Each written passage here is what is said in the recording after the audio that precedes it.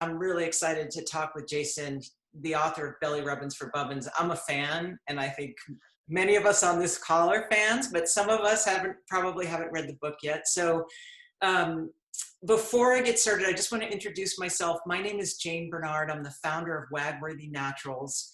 We make healthy natural supplements for dogs, and we donate a percentage of our proceeds to senior dog rescue and also to subsidize spay neuter programs. So I want to say welcome to Jason. Thank you so much for being here today. You're the author of Belly Rubbins for Bubbins, a humane educator, and your two books, Belly Rubbins for Bubbins, The Story of a Rescue Dog, and your new release, which isn't quite out, but will be very shortly, Belly Rubbins for Bubbins, First Day Home, are wonderful stories, wonderful kids' books. Thank you. They have a great message. I'm going to let you tell us a little bit more about them, but I also want to acknowledge that you give 51% of your proceeds to rescues. And you also have developed a humane education lesson plan with the help of Pity Professors. And that's you, Lisa. So thank you for being here. And you regularly visit classrooms and conduct humane education workshops with kids. So thank you for all you do. And I want to say welcome. Absolutely. Thank you so much for having me. I greatly appreciate it. You're welcome. I loved your first book, Belly Rubbins for Bubbins. Tell us a little bit about the story for those of us on the call who haven't read it yet. Sure. So the story is, when I thought about writing the story, I wanted it to be more than a silly children's book, right? I didn't want it to just be entertaining. I wanted it to be entertaining and educational. So the book was meant to show the true journey of a rescue dog. The dog just doesn't magically end up at someone's doorstep most of the time. The dog doesn't magically end up at the shelter, right? There's a backstory to what the dog has gone through. And I feel like a lot of times children, especially, and definitely adults, may not realize how much trauma and hardship the dogs have been through before they get to the shelter, before they get to that rescue organization. And I'm a big believer that if we're unwilling to look at the issues in society, then we're never going to solve them. So the goal of the book is to introduce children and adults to the true journey of most rescue dogs and to start a real conversation about a real issue. Cool. That's great. Let's see. We got a little background noise. Okay, I think we're all right. And what inspired you to write this story? So in the fall of 2016, Gibbson, the real Bubbins, was found wandering the streets of Newark, New Jersey. And fast forward a few months later, and my girlfriend at the time, who's now my wife, Michelina, she called me while I was away at work. I was away 6 days a week during this time period. I was actually working in Chicago while we were living in New Jersey. And she had said to me, she'd been saying, I really want to do something nice for the holidays. I really want to do something nice for the holidays. So when she called me, she said that she had seen this dog online that one of her friends had posted on Facebook, and he was 10 years old, and he had thyroid cancer, and they weren't really sure how much longer, he was going to live, but they just wanted to find a hospice home for him so he could live out his days in, safety and security and just feel some love. And I basically said to her, I'm not home more than, 1 day a week, so this is going to fall on you, the responsibility. And I said, are you okay with that? And she said, yeah, I'm absolutely fine with that. And I said, well, what kind of dog is it? And she said, pit bull. And to be honest with you, at first I was a bit taken back because I grew up in a home where my father, was in insurance, and anybody in insurance most of the time doesn't have nice things to say about bully breed dogs in general. So that was the first thing that came up, and then I thought about all the things I had heard on the news and things I had heard from other people, and I said, "Are you sure you really want to do this? I haven't heard good things about pit bulls."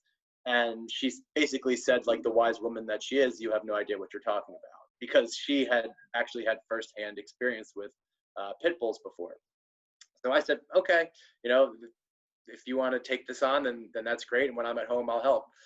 But, the first time that I came home, I landed at the airport, came right to the apartment, and I remember being a little fearful. I mean, I'm a big guy. At the time I was, I'm 6'4". At the time I was 275 pounds.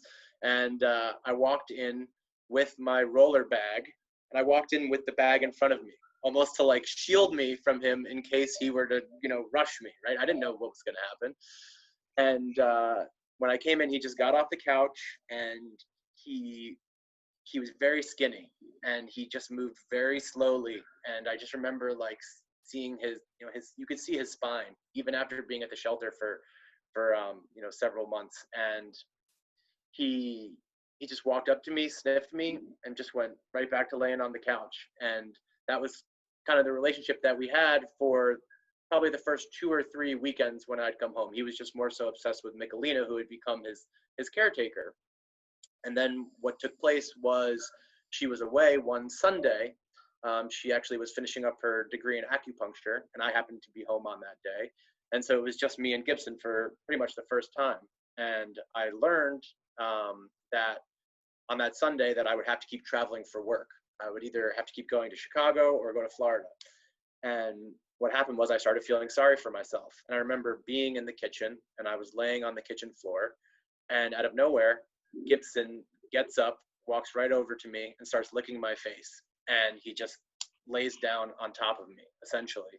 And I looked at him, and he's got clipped ears. He's got scars all over his head, his neck, his body. His teeth were shaven down. And he's still just so loving and resilient. And he's not complaining. So what could I possibly have to complain about? And then we fast forward probably 5 months, and by that time I was, he had pretty much swept me off my feet. He had taken all the stereotypes that I had heard and turned them upside down. And this one night he was laying on top of me, and after now knowing how loving he is and how misunderstood these dogs are, and really, rescue dogs in general, I literally said out loud to Michalina, I said, how could anybody do this to a dog like this? Or how could anybody do this to a living being? And I answered my own question. I said, wow, it all has to do with education. And how I came to that conclusion is very interesting, because prior to doing all this, I actually got a master's degree in counterterrorism and homeland security from a school in Israel. That's the #2 school in the world for this. And during that degree, a lot of the talk was about let's talk about how to kill the terrorists. Let's talk about how to stop the financing. Let's talk about how to stop the weapons from getting to the terrorists. And there was one professor who said, flat out, the only thing that's ever worked long-term has been education. And that blew my mind, because if education is really the solution, why is 95% of what I'm learning not the true solution, right? Why is 95% of what I'm learning just triage, right? It's just treating the symptoms, where the root cause has to be dealt with by education. So fast forwarding back to that night, I remember saying, it's all about education. And then half jokingly, I told Michalina, I'm going to write a children's book and educate kids about, what these rescue dogs go through. And at the time, I had a very long commute. It was about an hour and a half each way to and from work. So I started actually writing the book in my head, and I started speaking into, my text, voice text. And it actually started coming out pretty good. So I kept going with it, and I showed Michalina that night, and she was like, this is really good. You should keep going. So I kept going, and got to the end. And I think that's the most excited I'd been in years, to be honest with you. I was just so invigorated by it, and calling friends I haven't called in years to talk about it with them and read it to them, calling family members, reading it to coworkers. And I just knew that I had something and I needed to stick with it. And that's pretty much the inspiration of why I wrote the book. Awesome. Thanks for sharing that story. That's the creative process at work right there. And it came to you in a very unexpected way. Absolutely. And I think I've had a lot of people message me and say, I want to write a book about my dog, or, how would you go about it? And I really said the book kind of writes itself, right? If you know that dog's story, right, all you really have to do is just try and get inside their heads and try and understand the emotions that they've gone through, you know, from the bad home to the shelter, and then to their loving, you know, forever home. Thank you for sharing that. And so you have gone on to, not only did you write the book, but then you went on to create a humane curriculum associated with the book. Tell us a little bit about the curriculum. And I think Lisa was involved in creating the curriculum as well. So Absolutely. describe a little that process and a little bit about the curriculum itself.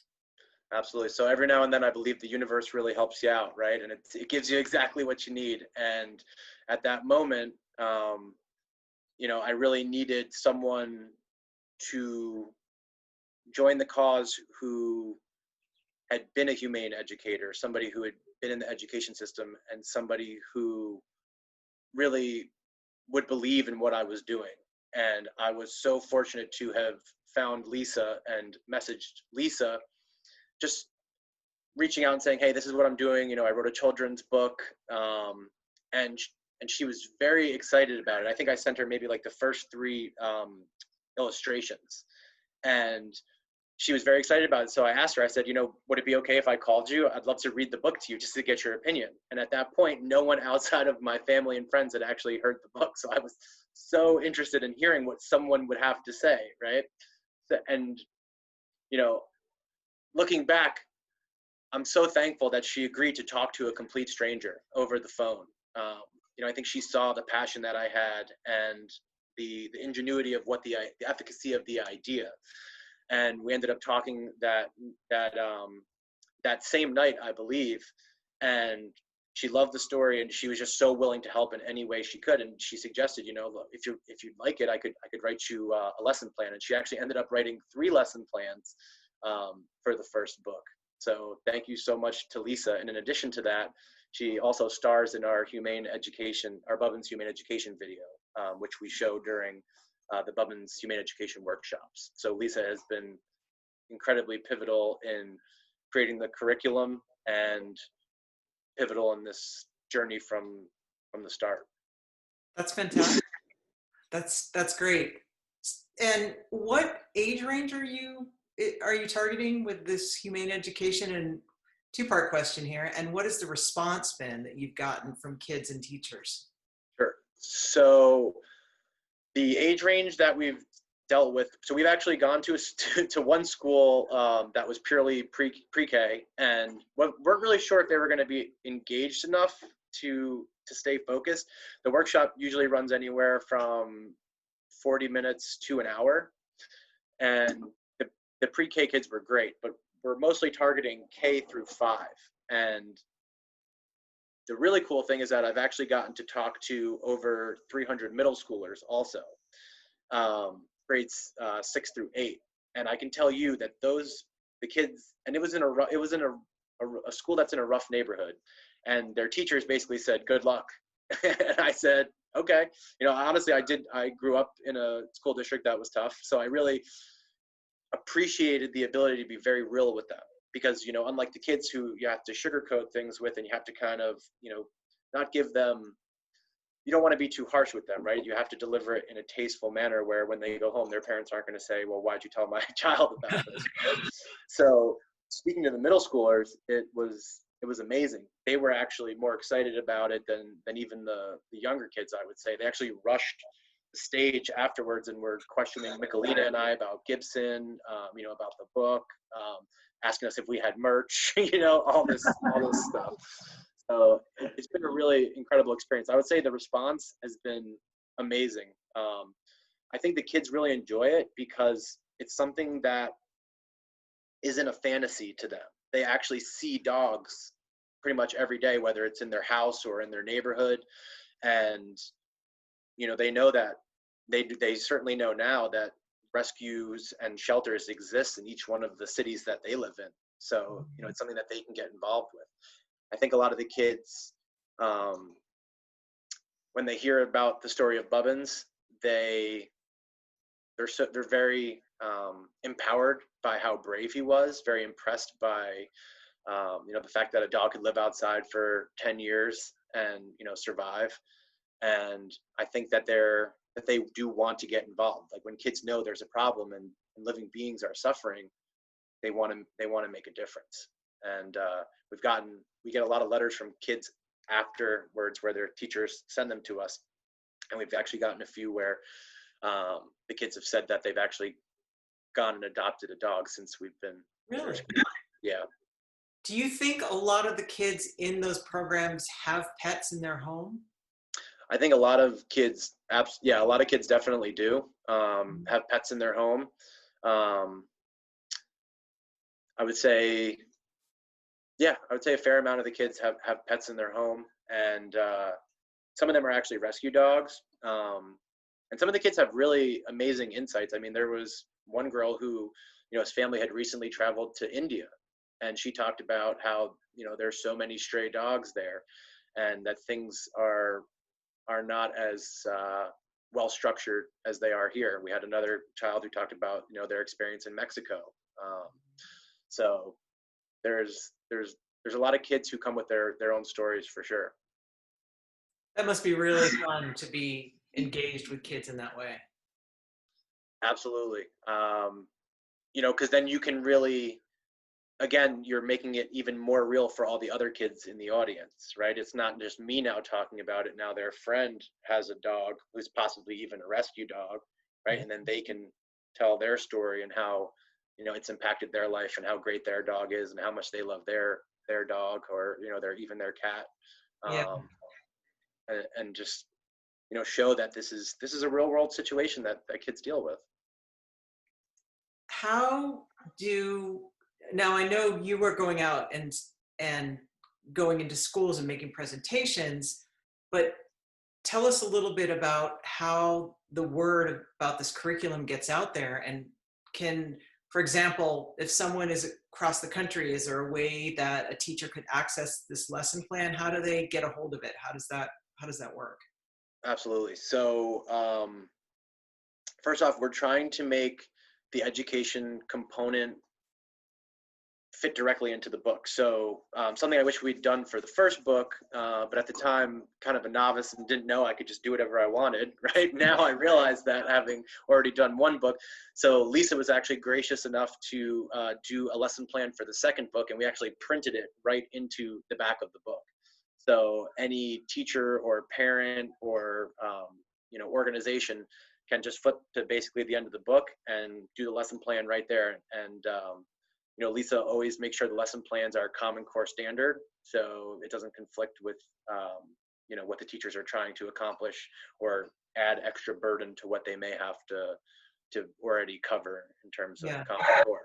So I could purchase a bunch of books and disseminate them to middle schools or elementary schools in my in Santa Fe, where I live?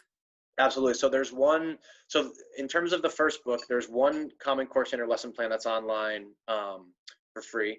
And if you want the full Humane education package, that's also for sale as well. So that's $20. And what that comes with is an ebook, right? Because we want the teachers or whoever's running through it to be able to project it onto the screen, so they can, so as many kids as possible can actually see it. Then also it comes with the Bubbins Humane education video, which is 8.5 minutes long, perfectly timed out for the attention span of kids. And it covers important topics like what is an animal shelter, what are rescue dogs, the 3 yeses before you can pet a dog, when not to disturb dogs, for example, when they're eating or, when they're sleeping, and how they can get involved in their community. It really covers a lot of the basics. And then then what we do is we follow up with the 3 Common Core standard lesson plans to really, hammer home all of that. So that package is there for anyone who wants it. And right now, so we're really just trying to reach the largest audience that we possibly can and get the word out. So last week we actually I actually had my illustrator turn the book into a stop motion graphics animated video. So it's actually on YouTube now. And the dog's, Bubbins' tail will wag, different components of the animation will actually come to life. There's a little soundtrack behind it, and or just trying to get it out to as many people as possible. And it's been really awesome because even before we did that, you know, to be an individual who has a master's degree in counterterrorism who wrote a children's book, and then to be receiving messages from people literally from all over the world. I mean, South Africa, Portugal, Amsterdam, Germany, Mexico. It's been truly amazing to see that, you know, this is and certainly can be a global movement. And that's really why the digital assets are so important. That's why the YouTube videos are important.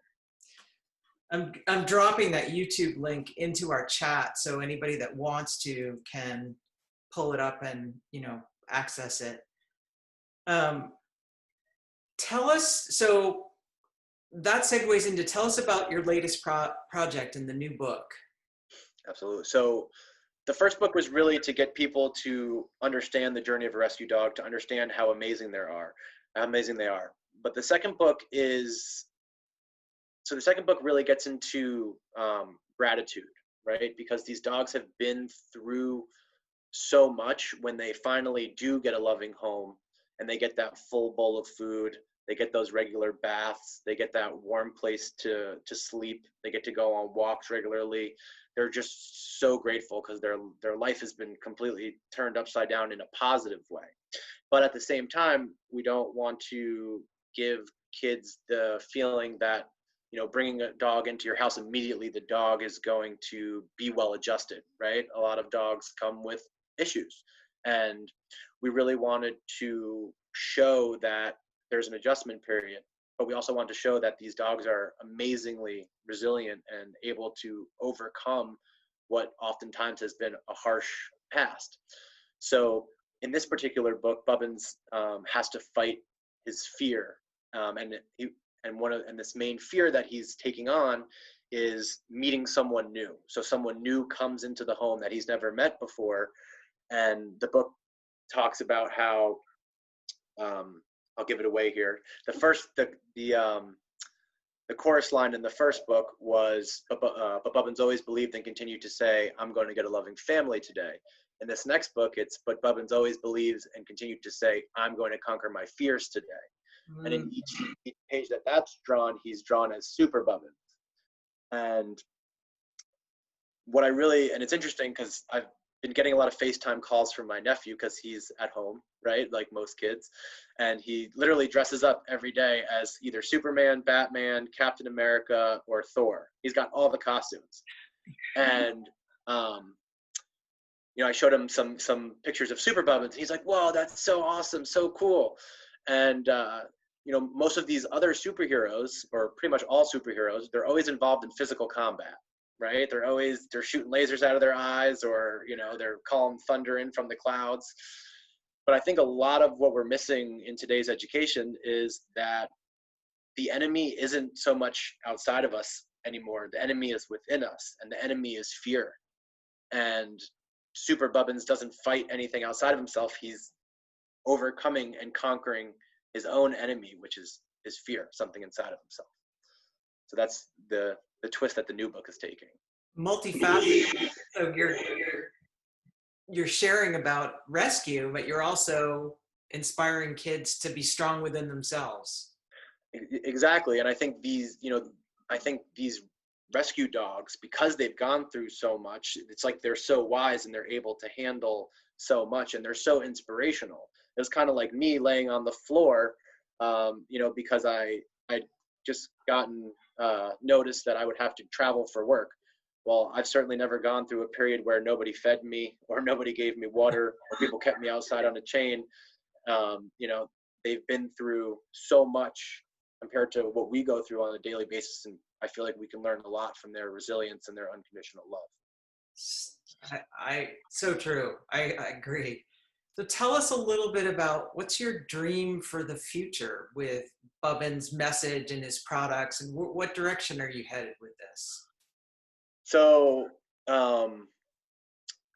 I left my job that I was doing prior to Bubbins, and I left it because I'm a very all or nothing person, and I see this as a very, very big problem, and it requires a big solution. It's a full-time problem requiring a full-time solution.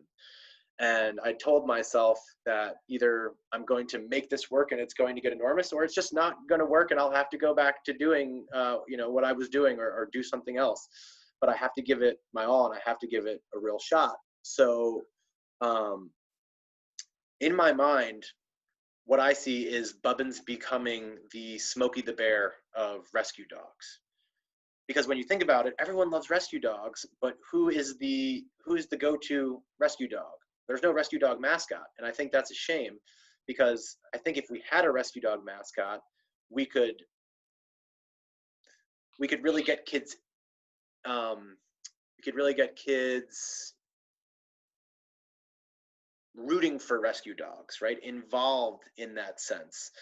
I think that if we can popularize rescue dogs in a way of, for example, like a super Bubbins, then I think more kids will be apt to want to certainly, when their parents say, let's go get a dog, to say, well, maybe we should get a rescue, right? And I think that there's so much education to be done on this subject, but in today's world, if you don't deliver the education in a fun and entertaining manner, I think you're going to have a hard time getting an audience. It's hard enough to get it into schools. It's hard enough to get educational components into the home as well, because most of the time, kids just want to be entertained. So the goal is to make Bubbins into the Smokey the Bear of rescue dogs, and to have education fuel rescue, right? So we're giving away 51% of profits. And what I'm looking for is to get bigger entities involved in this, corporate partners. So because we are an independently published book and own the full rights to the illustrations, if, let's say, somebody like Chewy, for example, right? If they wanted to become involved in this and spread humane education and also use it as marketing for them, what they could do is they could put their logo on the book, and we could put a message from their CEO into the book as well, and even a discount code. And then next time they deliver food, the book just goes in the package, and now they've given to rescue, they've gotten their marketing out there, and they've supported humane education. And I think, we haven't found that corporate partner quite yet. We've come close a few times, but I know that corporate partner, is out there. So yeah, it's just making that right connection. Absolutely, it's just about making that right connection. But I do realize that in order to make the size of the impact that I want, that is needed, it's going to need to be a pretty big entity that gets involved. I mean, we had amazing success right off the bat because of amazing accounts like Apollo, who helped share the book right off the bat. And this year we're actually having twice as many accounts share the book as we did last year. This is on Instagram you're talking. This is on Instagram, absolutely. Yeah. So it's going to be pretty incredible, but there's so much clutter out there on the internet today that it did get lost a little bit after the initial surge. Mm-hmm. So I'm hoping the second surge it'll be bigger, but it'll also be sustained, and we'll get more organic growth. And I think that will happen also because, when we first did this, somebody like Brittany took a chance on us. But now over this last year, we've gone into 20 plus schools. We've gotten thousands of books out there. We've donated 800 books. We've donated $4,000, and we're really, showing that we're here for the long haul and really trying to make a difference. But I know that in order to bring this to a grand scale, we are going to need some sort of corporate partner. Well, I'm just going to put it out there to our group. If anyone has any ideas, you can reach out directly to Jason. And I've dropped the website is bellyrubbins4bubbins.com is the website. I've dropped that into the chat. So just if you have ideas or thoughts, reach out. We want to support you. We think you're doing a really, incredible thing. And humane education is a really big piece of it, because rescue and homelessness for dogs is directly connected to a human problem. Dogs just aren't spontaneously homeless without humans being involved somehow. So education is really key. before we open it up for questions, and I also want to bring Lisa on in a minute to see if she has anything to share that you want to share with us about humane education, but tell us a little bit about what's offered on your website. And, you know, I've dropped it into the chat so people can go and check it out if they want, but, you know, you've got some other really cool things offered on the website besides just the books. Thank you. So, yeah, we've got the 2 books now. We've got sweatshirts, we've got t-shirts, we've got pillows, a fleece blanket, towels. And we're going to be offering a poster. I'll show you guys what is also going to be coming down the pipe in the next 2 months. We've got Super Bubbins stuffed animal coming out. Oh, I want one. So, you know, we're really trying to turn this into a full-scale brand where kids can learn to love rescue dogs through Bubbins. And then, you know, I think Jane and I think we talked about this before, how like the importance of spaying and neutering, right? But Yeah. I feel like when you get kids and truthfully adults interested in rescue dogs and caring about them, then having those sort of conversations down the road about spaying and neutering are easier. So we're trying to open those doors as well with the character of Bubbins, hopefully the next Smokey the bear dog. Yeah, it sounds like you need an animated cartoon with Bubbins as the hero.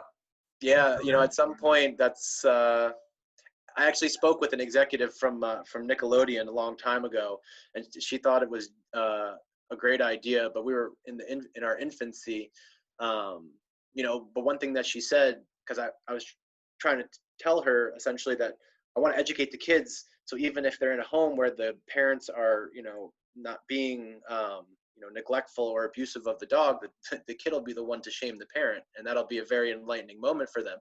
And she actually said that that's what happened, I think in the 90s with, you know, they really tried to get kids to tell their parents to stop smoking, and you know, the dangers of that. So she said this kind of, you know, it's a good idea. So yeah, well, the timing is right. You know, where there's just so much more awareness about rescue than there used to be. Because I know we've got several people on this call that are, you know, connected and have bully breeds. Gibbson was a pit bull type dog, so that was he was obvious as the subject for the book. But did you think about that when you wrote this book and you wrote this story, that you wanted to specifically draw attention to, you know, the sweet nature of bully breeds and their resilience? Absolutely, and I was, probably to no surprise to all of you, I was born to not do that, to not make the dog a bully breed. I actually had, no joke, a former NASA rocket scientist who has her own radio show, and she's very nice, but she said to me, she said, you should go get a job right now. She said, you're never going to get this into schools. You're never going to get on mainstream media. You know, you can't, you got to change the breed of the dog. And I was like, then there's no point, because you can't talk about rescue dogs without talking about the main victim, which is normally pit bulls. Yeah, right? 40% of all pit bulls in the shelter are, 40% of all dogs in the shelter are pit bulls. So yeah. And you know, it's just horrible that the lies that are being spread and the discrimination that's made so early, so early in life, the stigma that's placed on these dogs. And then you see, you know, you see a lot of, you're just so good with children. It's amazing. And it's just like, you know, it's just like anything else. And I hate to go back to the terrorism thing, but like, you know, if you take a kid who grows up in the United States and you put that kid in ISIS-controlled Syria, you know, what are the odds that kid becomes a terrorist? And you take that kid, vice versa, who grows up in, you know, who would grow up in Syria and you bring them to the United States, they're not going to end up most likely being a terrorist. It's all about the upbringing. You can't blame it on the dog or the human, to be honest with you. Lisa, do you want to come on and speak a little bit about, you know, I know you do some things with pity professors, am I pronouncing that correctly? And humane education, but I think I just unmuted you. Oh. Yeah, I think I'm on. Okay. Tell us how we can make a difference, you know, us at home. I'm sitting here in Santa Fe, New Mexico, and I want to spread awareness, what are some of the things that I could do in my own community in relation to kids to make a difference? Well, you know, my website, everything's free on there. So you're welcome to go on there and look at all the lesson plans. There's, I think, 12 professors on there. They're actually dogs. They're all in my area, but soon they will all have their own videos that you can show. And they all have a unique character trait lesson to teach. So my own dog, Lucky, who has dog reactivity and acts like a bully, her lesson is forgiveness, about forgiving yourself when you act in ways that might hurt someone else. So I feel like when Jason and I first connected, that's the first thing we said. I'm like, your book has so much dimension. I don't even know if you intended it to, but there's so much character building in there. It's not just about being kind to dogs. We don't have to teach those separately. You know, we can teach kids to be kind to animals and to be kind to themselves and be kind to their peers and everything else, because it's all intermingled. So if they're learning one lesson about a dog and they can connect to that dog, they actually can watch a dog be resilient and then realize, oh, I can be resilient too. That dog just went through this horrific circumstance and I did too. I mean, I suffered at, you know, the abuse of an uncle or somebody. Right. And that dog's still lovable. You know what? I'm still lovable too. So there's so much that the kids are learning, so much more than just being kind to animals. So I think that's why Jason and I even clicked so much more, is he had that same mission as I did, as looking at this, you know, that we don't have to just teach kids to be kind to dogs. They can be kind to themselves and each other. So that's a powerful message. And we hear again, and you know, we all hear again and again stories of kids who were bullied and they say, you know, my dog is what got me through. My dog was my best friend. My dog taught me that I was okay to be me. So that's a powerful message. I want to open it up. Does anybody have questions, comments, and experience they want to share, or thoughts about the book or ideas for Jason? I'm going to unmute you, Brittany. Thank you. So one thing that I did with Apollo, I actually would go to juvenile detention centers. And so it's basically the group that is after, you know, really what this book is targeting. And so we teach compassion, anger management, that kind of thing, because a lot of these children, and they really are, I mean, they're babies, you know, some are there when they are 11, 12, 13 years old. And the reason being is because they grew up in this environment of not really knowing that they had power to change their situation. So they were never told how to treat a dog. They were exposed to dog fighting. They were exposed to all forms of dog abuse. And we talked to them about really taking their power back. So as far as education goes, it's like, it's starting them young so that we don't have to be at that point of where we have to come in and teach them that it's okay to speak up and to say something. And so it's tough. It's hard to see the kids, you know, I would bring in Apollo and some of the kids would start crying because they would, you know, they remembered their dog that got killed, or, you know, it was run over or something. And their group, what is nice is that I can be very honest with them. They have seen horrific things. So it's like when they asked, well, what's wrong? What happened to Apollo? I could just say, you know, somebody cut the front of his face off. Yeah. That's it. And I would always get that question of, how could somebody do this? How could somebody do this to a living creature? That was their number one question. And I would say, but somebody did this to you. Yep. Like, these are the same people that are hurting you. And so it kind of clicked in their heads of like, wow, like we really, if Apollo can forgive, and like Jason mentioned earlier, like I always felt bad because I would be having a bad day and I'd look at Apollo and he'd be looking at me. I was like, okay, fine. Like, I can't feel sorry for myself. Like, okay, don't look at me. But it wasn't so much about the dog as it was about them being able to take that power back and then being able to step up in their communities and get more active. So I love the fact that this is really targeted to before they get to that point. Because, I mean, nobody wants to see a 13, 14-year-old in a situation where they are facing, the rest of their lives in prison. So just for a mistake of something, that they were brought up doing, that they didn't know any better. So it was really exciting I was like, yes, finally somebody has a book aimed at, that's a pit bull, and I work with pinups for pit bulls, and it's the same kind of thing. It's portraying pit bull type dogs in a manner of, they're not this evil thing. They're a dog. It's just a dog. It's not, you don't have to be afraid of it. And so yeah, this book it made me really excited, because I was like, hopefully it can stop that cycle, the violence cycle, for good. So at least make a really big contribution.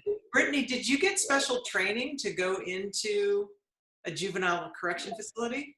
Yeah, so I had to actually go through a whole process of getting the training of dealing with the kids, and so the group, the Healing Species that I work with, they actually have a curriculum as well, but it is based for older kids. And so because we do speak about things that are very blunt and all types of abuse, not just a physical abuse. And so I go in with somebody else just for safety reasons, and we go through, it's like an 8-week course, and we go through different steps to actually get to the end, and then it helps them, at the end they get to possibly go volunteer at a shelter, or they always start talking about their dogs and they're like, oh, how can we get our dog trained? How, because a lot of their dogs have been on chains. They still treat mange with oil, with motor oil. I mean, they just really do not know. And so when we ask them, what's a microchip? What's the best, what are heartworms, that kind of thing. And so it's just slowly but surely. I mean, there's in Houston, from where I'm from, there is no end to the overpopulation and animal cruelty unless we have education. So that's really why we focus on the detention centers in Houston, because they're at this point so overpopulated that, I mean, in a lot of, it's crimes because that they were just trying to survive. Wow. And so, it's really powerful that you do that work. You have the courage to go in there and work with those kids. That's no small thing. yeah, it's tough. It's tough mentally, because it's not a happy time. There's no, the only real joy you get out of it is seeing the smiles on the kids, but it's I don't, I want that to end. I don't want those programs to have to be there, because those kids really need somebody to be advocates for them and to break that cycle. Because for them to, and it has actually happened where, because of some of these children, we've been able to break up several dog fighting rings. And so we're really hoping, yes, a mascot where it takes away the stigma of bully breeds, pit bull type dogs, whatever you want to call them. And then that way it ends that stigma, because it was Dobermans, Rottweilers, German Shepherds, there's always been that, that type of dog. And I feel like poor pit bulls have been stuck for a few decades. Okay, let's get pit bulls out of this stigma. So Yeah. I really love what Jason's doing. So it's very refreshing for sure. Brittany, thank you so much for sharing about what you do. I had no idea. That's really powerful. You're welcome. Does anyone else have, I'm going to mute you. Does anyone else have a question or a comment or something they want to share? Scarlett, I'll go ahead and unmute you. There you go. You're unmuted. So have you thought about, and maybe you have, it's just an idea popped in my head, like in this time of being quarantined, it's really a prime time for things to go viral, or, you know, you have a captive audience because there's so many people just on Zoom or especially on Instagram. And have you thought about like reaching out to Patrick Stewart? Like he has a pit bull in his show Picard, and Jennifer Garner has, she's involved with 2 charities, Jennifer Garner, the actress, and Yeah. I saw her promoting a thing where celebrities read books. Yeah. And how wonderful would it be for Patrick Stewart to read your book in his Shakespearean way I to know. children? You know, that might be something that he would do, because he really is, he loves pit bulls, so it'd be perfect. I would love nothing more than that. I really, so in the beginning, everyone is so busy, right? And it's hard for people to take on extra things, especially because they most likely get asked to do a lot of things, right? Even, you know, Brittany can probably attest to it. Apollo's got over 100,000 followers. I'm sure there's a lot of people that come to Brittany, can you please share this GoFundMe? Could you share this dog rescue book? And that's why I'm so thankful that they saw what we were doing, and they understood the efficacy of education and what we could accomplish with a positive bully breed book. And that really gave us our start.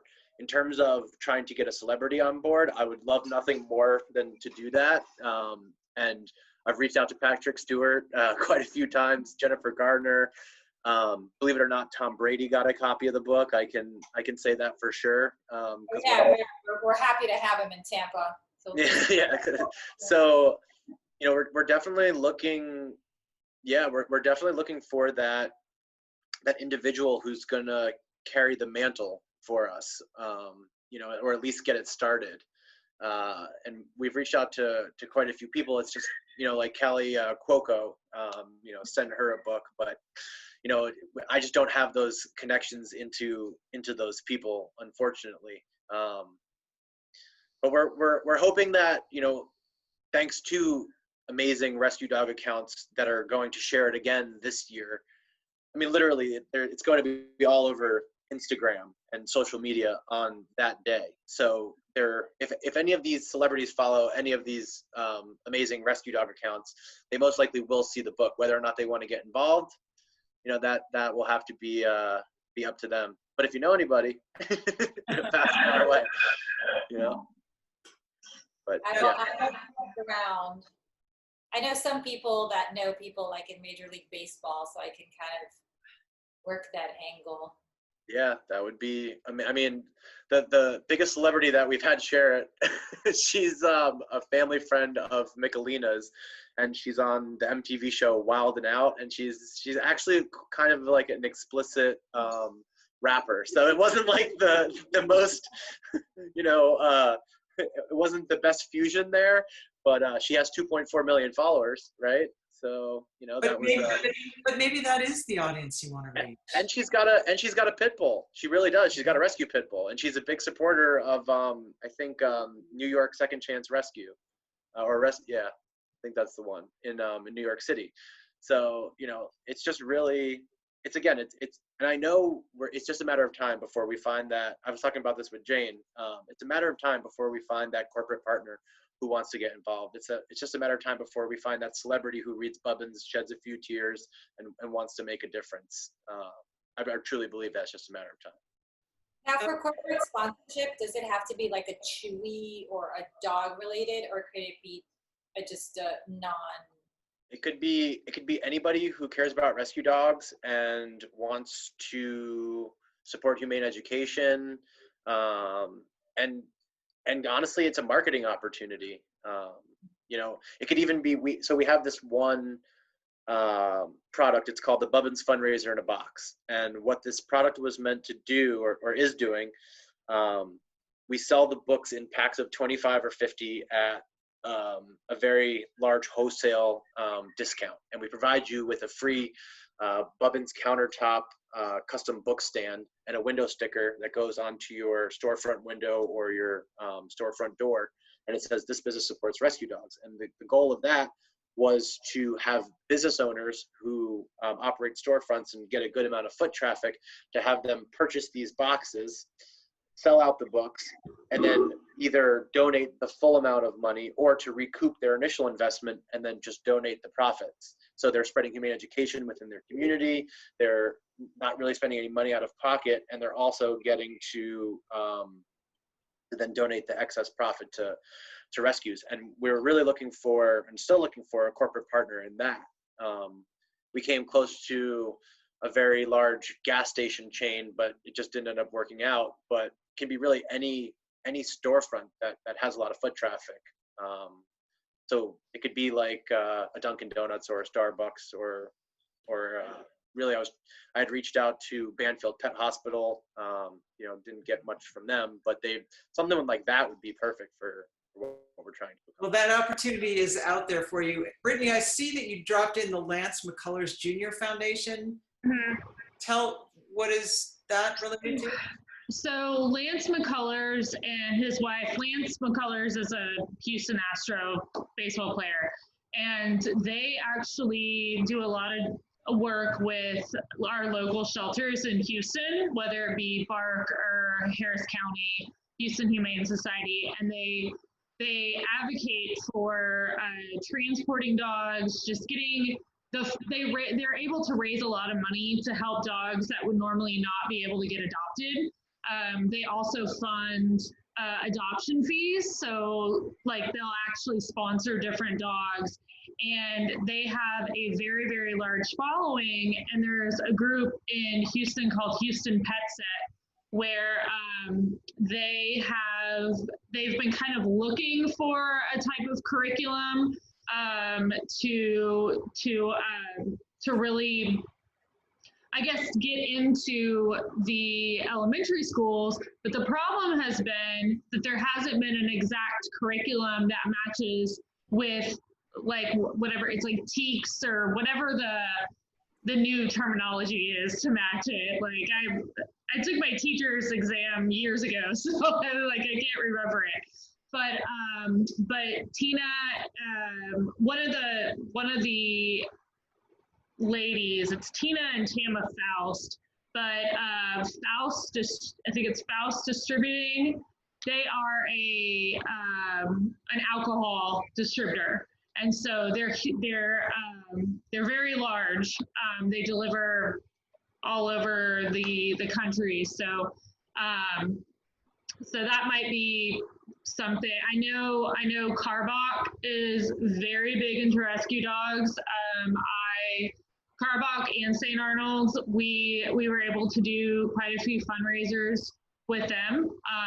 They have been very open to just hosting bully breeds, you know, letting people come in and do adoption events, that kind of thing. So it's kind of those different events that we would always try to put, like, you know, okay, let's read a book to a bunch of adults that are, you know, that do have small kids there, you know, at the brewery. So, you know, just stuff like that.